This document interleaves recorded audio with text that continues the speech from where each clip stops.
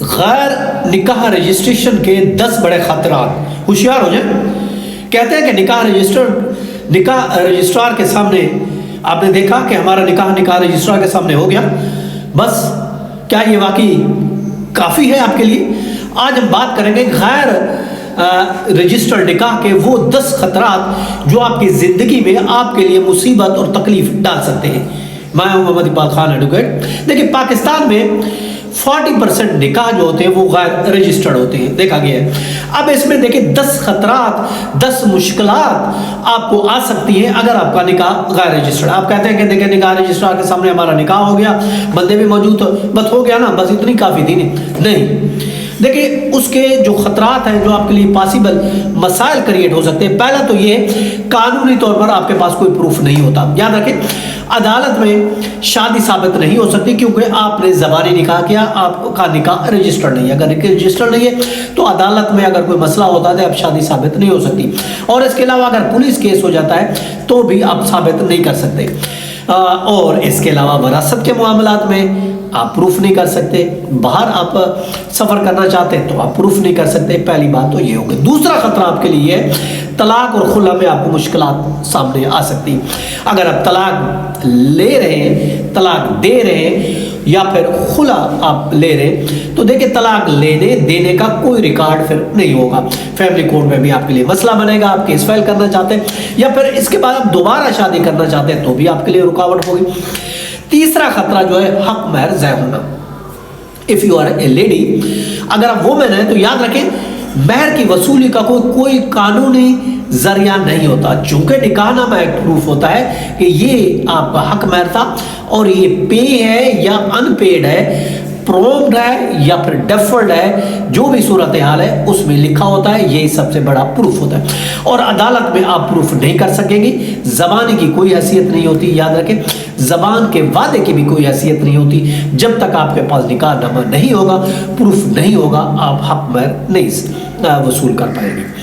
چوتھا جو خطرہ ہے وہ ہے بچوں کی قانونی حیثیت۔ یاد رکھیں بچوں کے کاغذات ریجیکٹ ہو جاتے ہیں، بچوں کے کاغذات آپ نہیں بنا پائیں گے۔ بے فارم ہو گیا، CRC ہو گیا، برتھ سرٹیفکیٹ ہو گیا، پاسپورٹ ہو گیا، CNAC ہو گیا، حتیٰ کہ آپ شہریت لیتے ہیں، آپ ڈومیسائل لیتے ہیں یا وراثت میں بچوں کو حصے کی بات کرتے ہیں، سارے جتنے چیزیں بچوں کی قانونی حیثیت بڑا مسئلہ پڑے گا۔ یہ خطرہ نمبر 4 ہے۔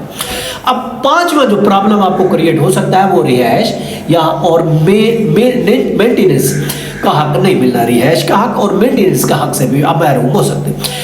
ہسبینڈ نے گھر سے نکال دیا، آپ گھر سے نکلنے کے بعد آپ کے پاس کوئی قانونی تحفظ نہیں ہے، نہ نفقہ کا حق بھی نہیں ہے، مینٹیننس کی درخواست کا مسئلہ ہے، تو یہ سارے پرابلم آپ کو فیس کرنے پڑ سکتے ہیں۔ نمبر 6 چھٹا مسئلہ آپ کے لیے ہو سکتا ہے سرکاری گورنمنٹ دستاویزات کو حاصل کرنے میں بھی آپ کو پرابلم ہو سکتی ہے۔ صاف ذرا آپ نے پاسپورٹ لینا ہے، پاسپورٹ کیسے لیں گے؟ نکاح نامہ پروف ہے نہیں۔ CNAC لینا ہے، بیوی کا NIC خامد کے نام کا بننا ہے، کیسے بنے گا؟ آپ نے کوئی جوائنٹ بینک اکاؤنٹ کھلوانا ہے، سرکاری نوکری لینی ہے، سرٹیفکیٹ لینا ہے، میریٹل سٹیٹس چاہیے، تو یہ سارے جتنی چیزیں ہیں یہ آپ کو نہیں مل پائیں گے، سرکاری ڈاکومنٹس میں اپڈیٹ نہیں ہو پائے گا۔ یہ تھا نا۔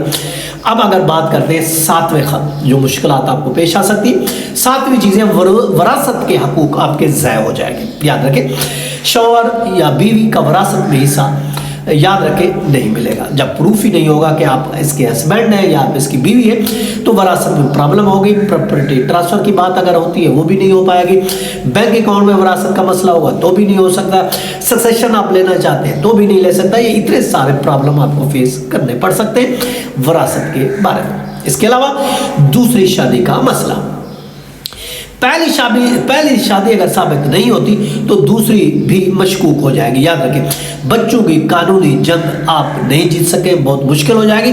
عدالت میں آپ پروف کرتے ہیں کہ اس کی دوسری شادی ہے، تیسری شادی ہے، یہ بھی آپ پروف نہیں کر پائیں گے۔ نامہ مسئلہ ہنگامی صورتحال میں بھی آپ کو پرابلم فیس آئے گی۔ دیکھیں ہسپتال میں فیصلہ کرنا ہے، کس کو رائٹ دینا ہے، سائن کرنے بڑا مسئلہ ہو، شدید بیمار ہونے پر علاج کی ضرورت ہے تو آپ اجازت نہیں دے سکتے کیونکہ آپ لیگل ایئر نہیں ہے۔ حادثہ ہو، کوئی ایکسیڈنٹ ہو جاتا ہے اس میں بھی آپ کو معلومات نہیں ملتی کیونکہ آپ لیگل ایئر پروف نہیں ہوتے۔ اس کے علاوہ 10واں اور آخری جو آپ کو پرابلم فیس کرنا پڑ سکتا ہے وہ ہے موت کے بعد انتہائی مشکلات۔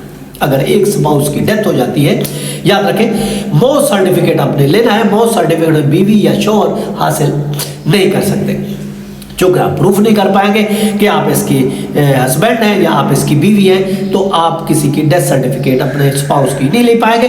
جنازے میں تدفین کے حقوق میں بھی جھگڑا ہو سکتا ہے، تو اس کے علاوہ کوئی انشورنس ہے، کوئی بیمہ ہے، کوئی وظیفہ ہے، یہ سارے کے دھرے رہ جائیں گے۔ اب کریں کیا؟ یاد رکھیں نکاح اگر غیر رجسٹرڈ ہے تو فوری طور پر اپنا نکاح رجسٹرڈ کروائیں، گواہوں کو ساتھ لے کے جائیں، اپنے ثبوت جمع کریں، اور جو ویڈیو ہے، پکچرز ہیں، ان کو تحائف، یہ سارے چیزیں آپ جمع کریں، کسی اچھے وکیل سے مشورہ کریں اور عدالت میں ڈکلریشن کی ڈگری لیں اور اپنا نکاح رجسٹر کروائیں۔ نکاح دیکھیں اللہ پاک کے نزدیک ایک پاک رشتہ ہے، اسے قانونی تحفظ ضرور دیں۔ یاد رکھیں رجسٹریشن نہ صرف قانون ہے، ایک قانون کی ایک شرط ہے، بلکہ یہ آپ کے اور آپ کے خاندان کی حفاظت بھی کرتا ہے۔ آج یہ نکاح رجسٹریشن اس کی کروائیں اور اپنا فیوچر جو ہے وہ سیو کریں۔ یہ تھا آج کا لیکچر، کل پھر ملتے ہیں، اپنا خیال رکھیے گا۔ ہیو اے نائس ڈے، اللہ حافظ۔